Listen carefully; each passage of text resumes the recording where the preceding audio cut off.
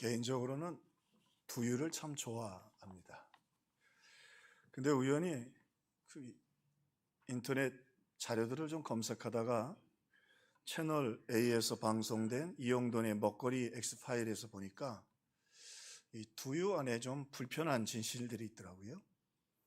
이 두유 자체가 콩으로 만든 단백질 식품이라 맛을 좀 달게 하고 유통기한을 좀 길게 하게 하기 위해서 거기다가 식품 첨가물들을 넣는데 글리세린, 지방산, 에스테르, 또 카라기닌 등을 집어넣는데 이것들이 유통기한도 실제로 한 10일 정도밖에 안 되는 콩을 6개월로 늘려주고 맛도 달게 하는데 문제는 이게 우리의 몸에 썩 좋지 않다는 겁니다.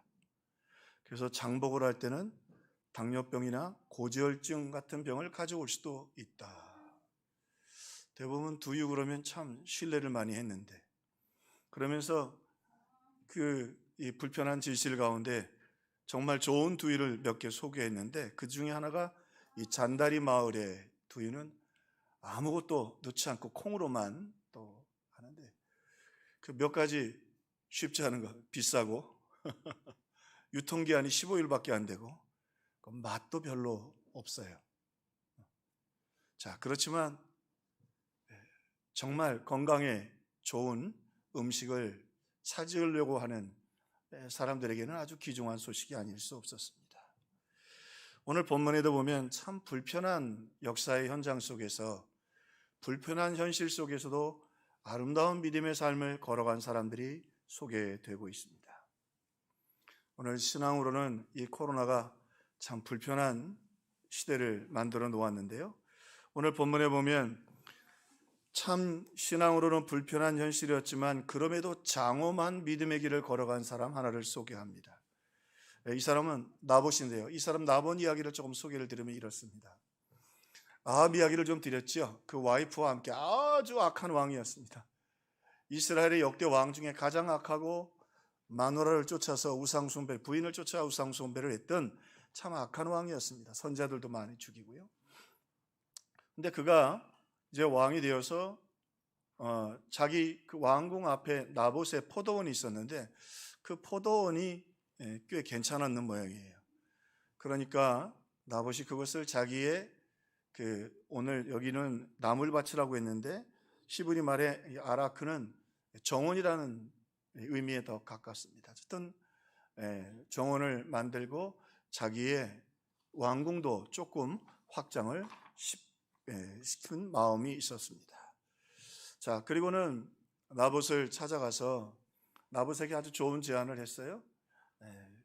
이 포도원을 내게 좀 주어라. 그러면 내가 더 좋은 포도원, 더 넓은 것을 너에게 주겠다. 그리고 만약에 돈이 필요하다면 돈을 얼마든지 줄 테니까 상당히 좋은 제안이죠. 이 포도원을 내게 좀 넘겨다오. 내게 팔았으면 좋겠다. 아합에게는 이 아합의 제안은 나봇에게는 상당히 좋은 기회인데 근데 이 나봇이 이렇게 아합에게 대답합니다. 나봇이 아합에게 이르되 내 조상의 유산을 왕에게 주기를 여호와께서 금하실지로다. 아주 아합 왕의 제안에 분명한 거절이기도 하면서 여호와까지 들먹이면서 땅을 안 팔 필요가 있나? 여호와께서 금하실지로다.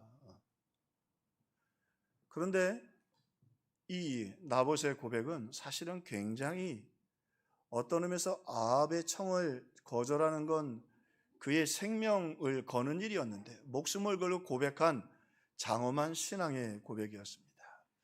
오늘 좀 우리 그리스도인들은 성경을 통해서 우리가 가지고 있는 경제관념을 좀 정의하고 사회 정의를 좀 정리할 필요가 있는데요. 하나님이 말씀하시는 우리 그리스도인들이나 또 그리고 구약에서의 땅은 어떤 개념인가? 이스라엘 백성들이 출애굽을 하고 광야 40년을 있고 처음 자기 땅을 갖게 됩니다. 500년이 넘어서 가나안 땅에 하나님의 전쟁에서 승리를 주고 각 지파별로 땅을 분배해 주셨습니다. 우리를 얘기하면 전라남도는 누구, 경상북도는 김씨, 우리로 얘기하면 다 나누어 주셨습니다. 그 다음에 뭐 대구는 뭐 이시 이렇게 해서 쭉 하면서 하나님이 한 가지 중요한 이 땅에 대한 규칙, 정의를 내려주셨습니다. 한번 보시겠습니까? 토지를 영영히 팔지 말 것은 토지는 다 내 것임이라. 너희는 나그네 우고하는 자로서 나와 함께 있느니라. 너희의 기업에 온 땅에서 그 토지 무르기를 허락할지니. 무슨 말씀이냐면 너희들도 알지. 너희들 출애굽해서 이 요단강 건너고 여리고성 무너뜨리고 전쟁에 다 이기고 한 거는 내가 너희들 도왔기 때문이야. 다시 말하면 지금 너희들에게 주는 땅의 주인은 누구예요? 하나님이시라. 자, 하나님이시니까 너희들은 이 땅을 사고 팔지 마라. 참 4,000년 전의 이야기지만 하나님이 얼마나 우리를 잘 아셨는지, 우리의 행복을 얼마나 하나님이 아름답게 계획해 놓으셨는지. 땅을 사고 팔지 말라. 왜? 땅을 자꾸 사고 팔면서 거기서 이익이 생기면 사람이 점점 이기심이 발동해서 그걸 갖고 자꾸 장사를 하죠. 지금 우리 시대가 그렇잖아요. 얼마나 땅 때문에 사람들을 아프게 해요. 하나님 말씀이 얼마나 정확해요. 아담과 하와 천지를 창조하시면서 가정을 이렇게 말씀하십니다. 둘이 아파요 한 몸이 될지라. 이혼도 하지 말고 일부 다투도 하지 말고 동성애도 하지 말라. 만약에 이 말씀만 우리가 지킨다고 해도요, 이게 술집들 다 물러가고 안 좋은 음란 문화 다 무너가고 젊은이들 가정이 건강하고 훨씬 더 행복할 거예요. 지금 여러분 이 코로나 지나면서 제일 힘든 게 뭐예요? 땅값 갖고 장난치는 것들이. 저는 우리 평화의 식구들이 다 내 집, 자기 집 가질 수 있기를 축복합니다. 그러나 여러분은 말씀대로 우리 그리스도인들은 집 갖고 땅 갖고 돈 남길 생각하는 건 성경적이지 않습니다. 또 하나, 왜 이렇게 말씀을 미리 주셨느냐? 이게 사회 정의가 실현돼야 돼요. 다시 말하면 그렇게 하면 소작농들이 생기죠. 부자들이 가난한 사람들을 농사를 짓게 합니다. 그러면 자기들이 농사 지은 사람이 예를 들자면 70%를 갖고 30%를 땅 주인에게 줘요. 그러면 땅 주인은 땅이 많기 때문에 점점점 재산이 많아져요. 그 다음엔 어떻게? 땅을 또 사요. 또 사요. 또 사요. 그러면서 어떻게 되느냐? 자기는 더 큰 부자가 되고 사람들을 종으로 부리기 시작합니다. 일반인들은 소작농이 되게 됩니다. 이게 인간이 하는 짓이에요. 하나님은 아예 건국을 하는 이스라엘에게 뭐라고 말씀하시냐? 땅 갖고 장난치지 말고 이기심 채우지 말고 그걸로 사회 정의를 망가뜨리지 말라. 소작농도 만들지 말고 노예도 만들지 마라 말이죠. 그런데요, 인간의 역사는 얼마나 참 이기적인지 몰라요. 로마가 뭐 세계를 정복하고 지배했고 문화를 꽃피웠다고 하는데 로마가 이 말씀을 몰라서 왜 착한 사람들 가서 다 그 땅 정복하고 그리고 그 사람들 데려다가 노예 만들고 자기 집에서 그 로마 시민권자들은 노예를 2명씩 줬어요. 왜 인권을 유리하느냐 말이죠. 평등한 사람인데. 착한 사람들 가가지고 전쟁 일으켜가지고 말이죠. 나라 뺏고 땅 뺏고. 하나님은 그렇게 이 땅으로부터 시작되는 이기심에 아주 좋지 못한 인간의 모습을 미리 아시고 땅은 다 내 거다. 거기서 누리고 서로 나누고 그리고 그냥 하나님이 주셨는데 농사 짓다 남으면 가난한 사람들 나누어지고 때가 되면 고기 좀 잔치해가지고 배고픈 사람들 영양실조 걸리지 않도록 해서 이 땅을 내가 너희들이 주었으니 감사하고 나누면서 행복하게 이 땅을 만들어 가라. 하나님 말씀하셨는데 인간은요 계속해서 그걸 정복하고 또 땅을 팔고 그래서 소작농을 만들고 노예를 만들고 로마가 위대한 문화와 역사를 이뤘다고 했는데 한 일이 뭐예요? 사람 노예 만들어가지고 죽은 사람 피라미드 만들고. 하나님은 그런 문화를 좋아하지 않으셔요. 길 만들고 목욕탕 만들고 쾌락 문화 만들고 어떻게 했어요? 남의 인권 빼앗아 가지고 그렇게 만들었단 말이에요. 로마가.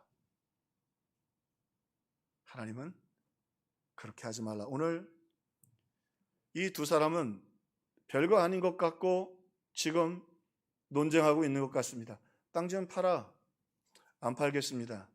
안 팔겠다고 이 사람은 하나님이 말씀하신 그 하나님의 말씀과 정의에 목숨을 걸고 있고 지금 이 아합은 별거 아닌 것 같지만 그 땅을 사면서 자기 욕심을 채우고 사람들의 인권을 유리하고 그리고 사람들을 노예로 만들고 소장농을 만드는 아주 악한 일을 자기도 모르게 계속해서 추진하고 있는 것입니다.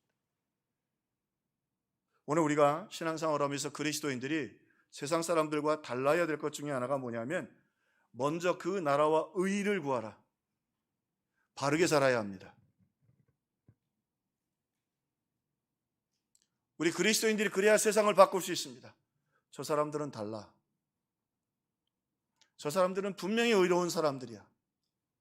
더 많은 이익, 더 많은 성공, 더 많은 땅, 이것이 아니라 하나님의 말씀대로 감사하며 살고 하나님의 주신 것을 하나님의 주권을 인정하고 그리고 그 주신 것이기에 기꺼이 나누고 사랑하는 우리 아름다운 평화의 식구들이 되기를 주님의 이름으로 축원합니다.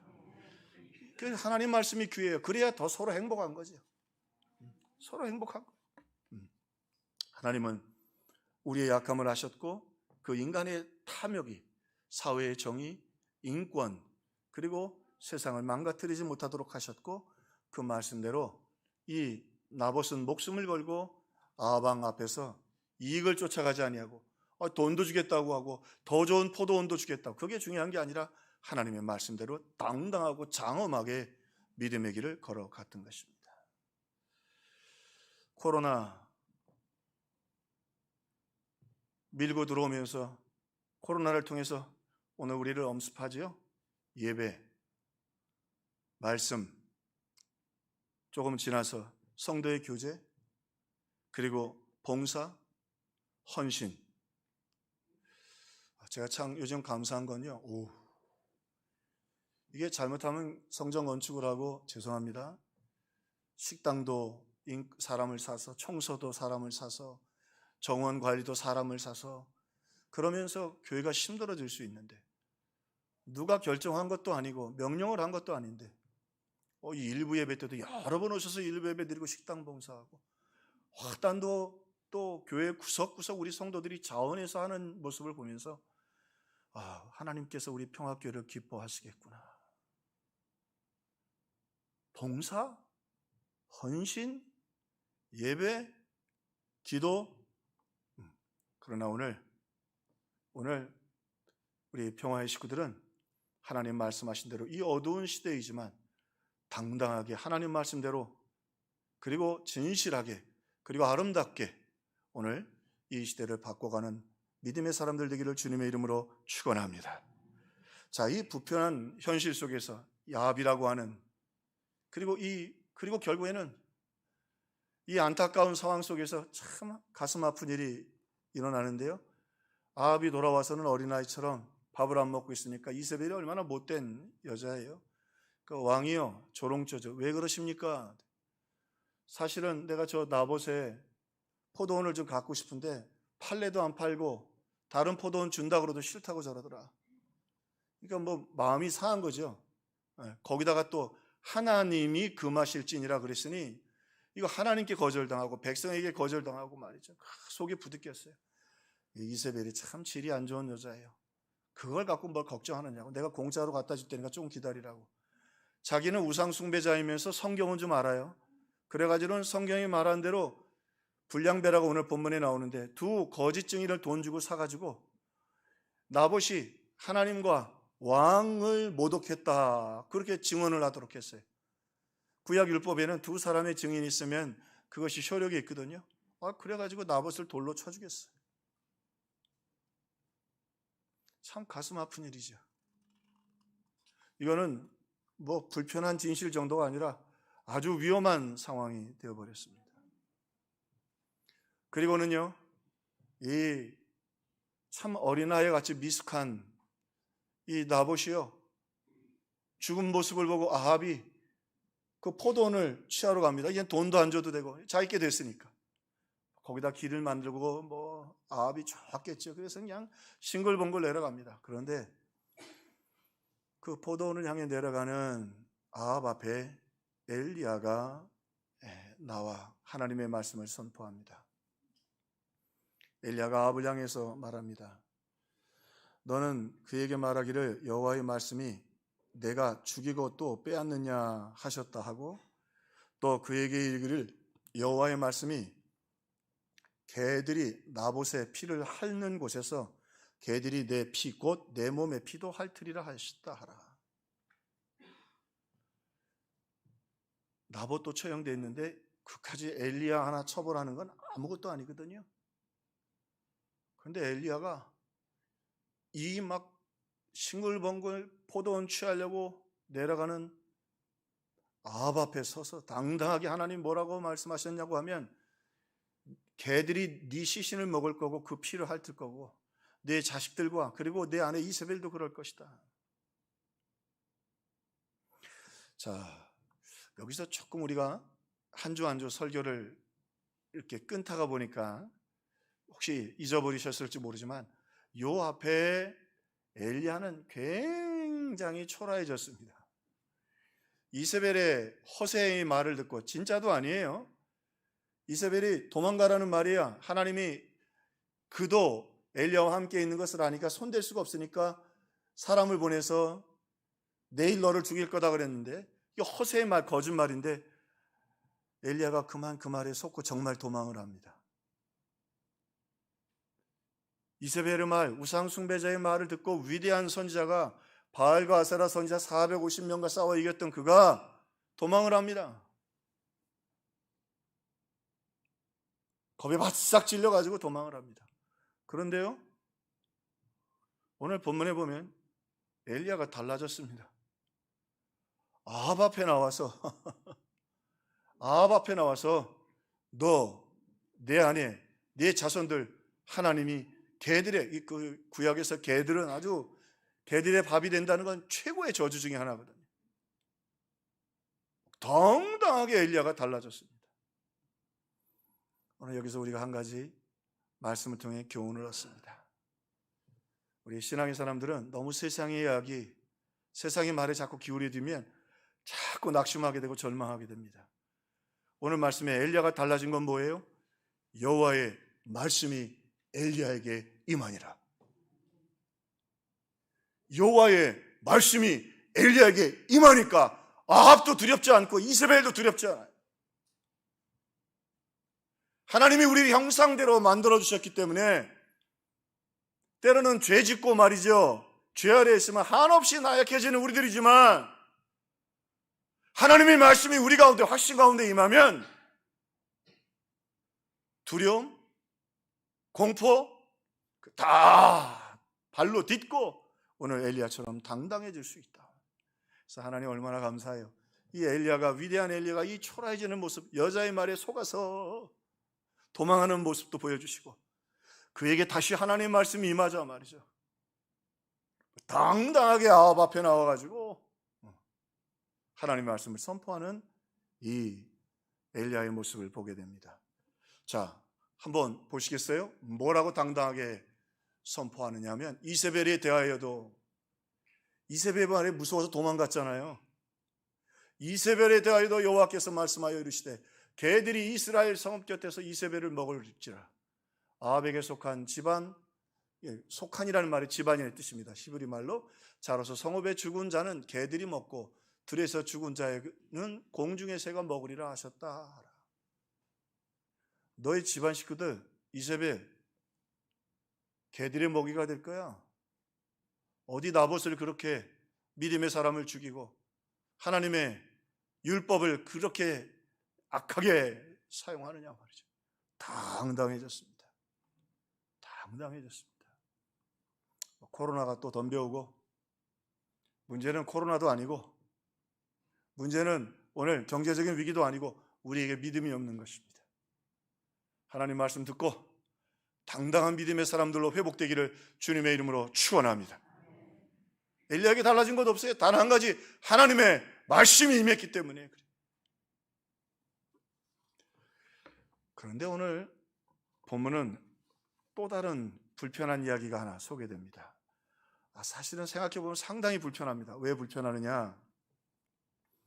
자, 엘리야가 그렇게 앞에 서가지고 막 하나님이 주신 말씀을 당당하게 선포했어요. 근데 엘리야 입장에서도 정말 하늘에서 불이 내려왔듯이 이 아합을 막 허리를 꺾어 놓든지 막, 그렇죠? 그 앞에 바알과 아세라 선지자를 처형했듯이 막 처형됐으면 얼마나 좋겠어요. 근데 여기 이 아합이 그 말을 듣고 얼마나 이 아합이 엘리야를 싫어했느냐 하면 엘리야를 향해서 나를 괴롭게 하는 자여, 내 원수여, 이렇게 불렀어요. 그런데 엘리야를 만나고 엘리야에게 하나님 말씀이 임하고 엘리야가 하나님 말씀을 당당하게 아합에게 선포해서 너 개들이 너를 먹을 것이고 네 아내도 개들이 먹을 것이고 네 가족들의 개가 먹은 피를 핥을 것이다 말이에요. 저주를 선포했는데 아합 입장에서는 자기가 왕인데 그까짓 거 엘리야 하나 처단하는 건 아무것도 아니잖아요. 옆에 군인들도 같이 갔을 테고. 그런데 아합이 이 엘리야의 심판의 선포의 말씀을 듣고 굵은 베옷을 입고, 원래 왕들은 세마포를 입습니다. 비단과 세마포라는 가는 실이라는 말인데 고운 옷을 말하죠. 그런데 굵은 베옷을 입는다는 말은 장례식이나 회개할 때 굵은 베옷을 입고 옷을 찢고 거기다 금식하고 그 다음에 그가 오늘 풀이 죽어서 다니니라. 이 말은 2중 3중 회개한다는, 옷을 찢고 베옷을 입고 금식하고 이거 회개한다는 말이에요. 이거 우리로 얘기하면 이 아합 같은 인간은 회개하면 안 돼. 이거 회개하면 안 된다고. 이거 끝까지 버팅기다가 그냥 허리가 부러지든지, 그게 우리 생각 아니에요? 우리 안에도 정의관념이 좀 있는데. 네? 죄송합니다. 저 기도할 때 저 푸틴이 허리를 꺾어달라고 기도하는데, 나도 기도할 때 그렇게 기도하죠. 저 푸틴이 허리를 꺾어달라고. 회개하든지 허리를 꺾든지. 엘리야도 그랬을 거 아니에요. 하나님, 아합의 허리를 꺾어주옵소서. 말씀을 담대하게 선포했는데, 아니 이 아합이 그 말씀을 듣고 회개하네. 이게 참 오늘 우리가 새겨야 될 하나님의 놀라운 역사예요. 무슨 말이에요? 정말 싫은 엘리야예요. 근데 그를 만나서 하나님의 말씀을 들었어요. 하나님의 말씀을 듣자 아합도 회개의 영이 열렸어요. 하나님의 말씀의 능력이에요. 하나님의 말씀의 능력이에요. 그래서 예수님 말씀하시죠. 세례 요한 이후로 천국은 침노하는 자일 것이다. 이 침노한다는 말인 천국의 문이 부서진다는 말이에요. 아니, 천국은 천사들이 지키고 있는데 천사 하나가 하룻밤에 13만 5천 사내립의 군대를 다 송장을 만들어 버렸는데, 송장을 만들었다는 말은 두려워서 죽었다는 말이 하룻밤에. 그런 천사들이 구름대처럼 하늘에 있는데 무슨 수로 우리 일개 인간들이 저 하늘의 문을 뚫으냐 말이에요. 죄 많은 인간이 어떻게 저 하늘의 문을 천사들이 있는데 뚫느냐 말이에요. 근데 예수님 말씀하세요. 천국이 뚫린다고, 무너진다고. 천국의 문이 깨진다고. 언제요? 회개할 때. 불편하지만 위대한 진실이에요. 모든 회개는 아직 구약의 사람들이 깨닫지 못하지만 예수 그리스도의 십자가의 공로로 회개는 이루어집니다. 동물의 피를 갖고 어떻게 사람의 죄를 사하겠어요? 그건 예수님이 오실 십자가를 예표하기 위한 것입니다. 엘리야도 놀라는 거예요. 엘리야도 놀라는 거예요. 왜요? 말씀이 선포되니까 아합도 회개를 하네. 하나님은 또 답답한 것은 뭐냐면 하나님이 이렇게 말씀하십니다. 아합이 내 앞에서 겸비함을 내가 보았느냐? 그가 내 앞에서 겸비함으로 내가 재앙을 저의 시대에는 내리지 아니하고 그의 아들 시대에야 그의 집에 재앙을 내리리라 하셨다. 이 말씀도 굉장히 불편한 말씀이에요. 왜 불편하냐? 우리는 그냥 이렇게 못되고 악한 아합은 허리가 꺾였으면 좋겠는데, 그가 회개하니까 하나님이 그 회개를 보고 그에게 그의 죄에 대한 집행을 유예하셨어요. 자, 집행유예라는 말은 법적으로는 개선의 여지가 있는 범죄인에게 형의 집행을 받지 않으면서 스스로 사회에 복귀할 수 있도록 길을 열어주는 것이다. 여러분 아시겠지만 조금 설명을 드리면 집행유예라는 게 뭐냐? 어떤 사람이 죄를 지었는데 이게 초범이든지 반성하는 기미가 좀 있어요. 고의적이지 않게. 그러니까 죄는 분명히 졌지만 집행을 유예합니다. 다시 말하면 이 사람이 지은 죄는 징역 3년이야. 근데 1년 동안 집행을 유예해 줘요. 그리고 그 1년 동안 반성하고 착한 일도 하고 그리고 다시 죄를 짓지 않으면 이 3년 징역이 없어지는 걸 집행유예라고 그래요. 이거 사실은 엘리야 입장에서는 상당히 불편해요. 자, 첫째, 지금도 학자들 가운데 제가 여러 책을 보았는데 최소한도 그 학자들 6, 7분의 책을 보았는데 논쟁 중이에요. 이 아합의 회개는 진정이 아니었다. 진정이었다. 이게 반반이에요. 그런데 우리가 성경을 대할 때 조심해야 될 것이 있어요. 사람의 판단이 아니라 우리가 이해할 수 없는 것 그대로 이해할 수 없는 그대로 놔둬요. 설명을 다 하면 안 돼요. 성경은 이단들이 끝까지 논리적으로 설명하죠. 그러나 중요한 건 이 아합의 회개가 어떻게 됐든 그게 진심이든 아니든 우리는 몰라요. 그러나 이후에는 아합이 회개하지 않고 결국 죄의 길로 가지만 하나님이 이 회개는 받아주셨어요. 하나님 받아주셨다고. 더 무서운 건 그 다음 얘기예요. 형이 언제까지 유예되냐 하면 아들 때까지 유예되는데 아들 때도 만약에 회개하면 이 말은 아들이 하나님 앞에서 정말 나도 아버지처럼 회개하고 죄를 짓지 않겠습니다 하면 이 형은 집행유예는 없어지는 겁니다. 집행유예 1년에 징역 3년인데 3년을 징역을 살아야 되는데 1년 동안 착하게 살면 3년 죄가 없어지는 거예요. 그 죄가 없어져요. 이게 집행유예예요.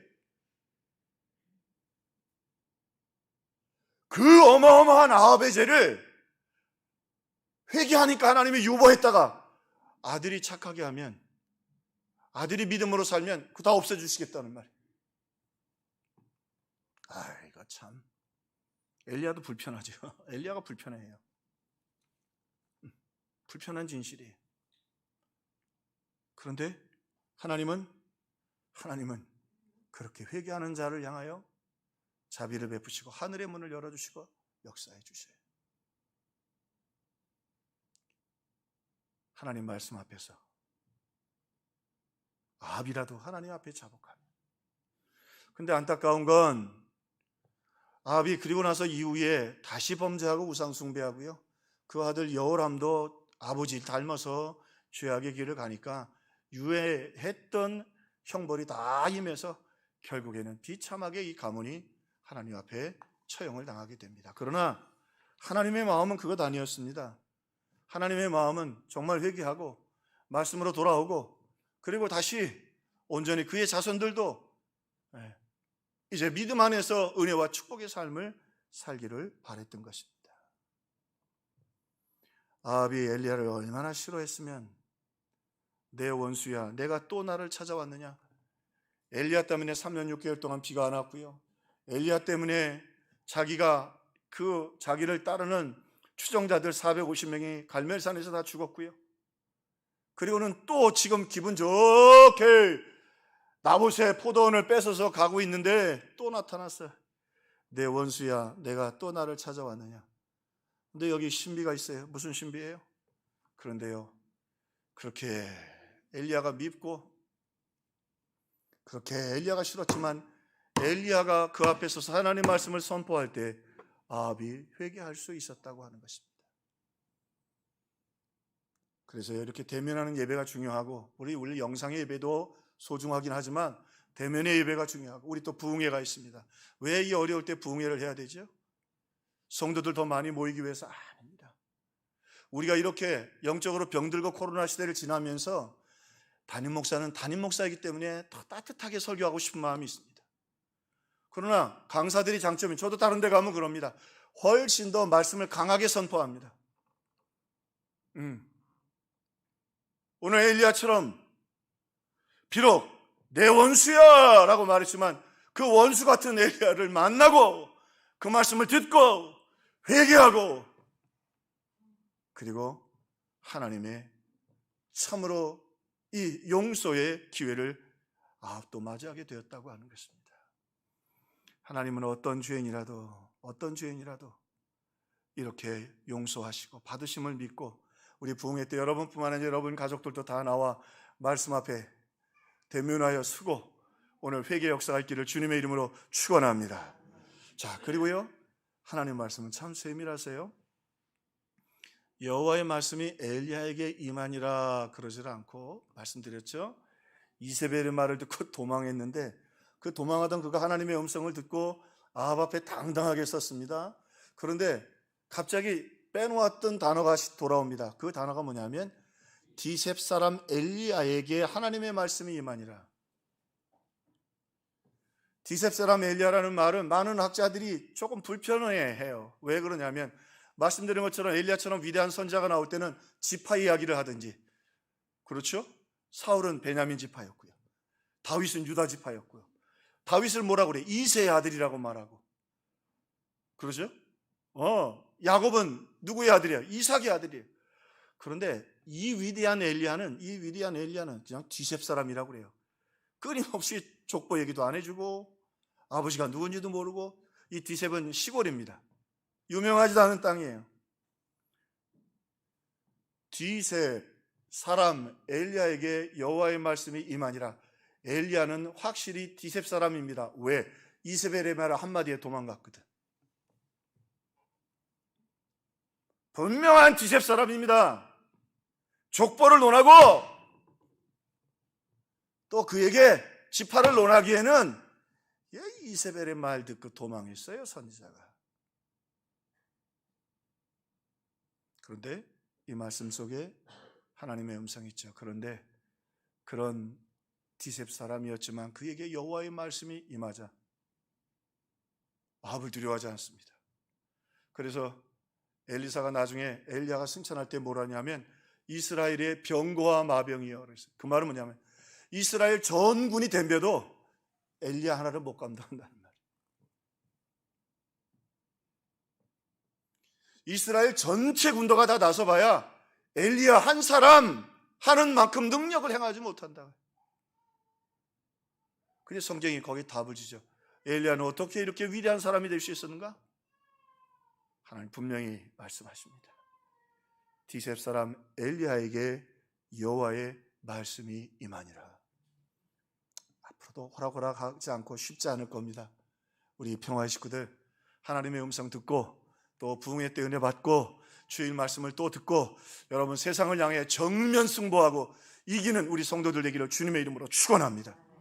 정면 승부해서 이겨내야 합니다. 또 하나, 아무리 과거에 우리가 부끄럽고 하나님 앞에 용서받을 수 없는 죄를 지은 것 같다 할지라도 하나님 말씀 선포할 때 회개하면 우리 하나님 참 세밀하잖아요. 엘리야도 이해할 수 없었는데 아합의 회개도 받아주시는 분입니다. 그래서 C.S. 루이스는 이렇게 이야기했어요. 하나님은 내가 참 어리숙한 회개를 할 때에 나를 구원해 주셨다. 자기가 회개할 때 C.S. 루이스는 평신도로서 기독교 영성의 대가로 꼽습니다. 목회자는 아니지만 굉장히 목회자들이 제일 많이 읽는 평신도 신앙이에요. 그런데 그가 처음 이 위대한 사람이 예수를 믿게 될 때 회개에 대해서도 잘 몰랐고 진정으로 회개하지도 못했고 눈물로 회개해 주지도 않은 것 같은데 하나님이 그 회개를 받아주셨다. 회개를 받아주셨다. 여러분 무엇 때문에 힘들고 또 때로는 하나님 앞에 부끄럽고 하나님 앞에 또 죄송스러운 게 있습니까? 주 예수 앞에 다 아뢰어라. 주 우리의 친구니. 할렐루야. 주 우리의 친구니. 다 내어놓으시기를 바랍니다. 여러분 이 시대 앞으로도 쉽지 않겠어요? 그러나 오늘 당당히 오늘 말씀 붙잡고 이 불편한 세상이지만 하나님의 진리 있습니다. 디셉 사람이지만 족보도 없는 것 같지만 내세울 것도 없는 것 같지만 여호와의 말씀이 임하니까 한 나라와 정면 승부에서 승리합니다. 이 한 사람의 엘리야를 감당할 수가 없습니다. 그래서 하나님이 거기에 우리에게 소망을 주십니다. 아합의 회개도 받으시고 디셉 사람 엘리야라도 하나님의 말씀이 임하면 한 나라를 뒤집어 엎을 수 있습니다. 오늘 우리에게 이 은혜를 주시는 하나님을 믿음으로 바라보고 용서받고 사랑받고 승리하며 걸어가는 우리 평화의 식구들이 되기를 주님의 이름으로 축원합니다. 기도하겠습니다.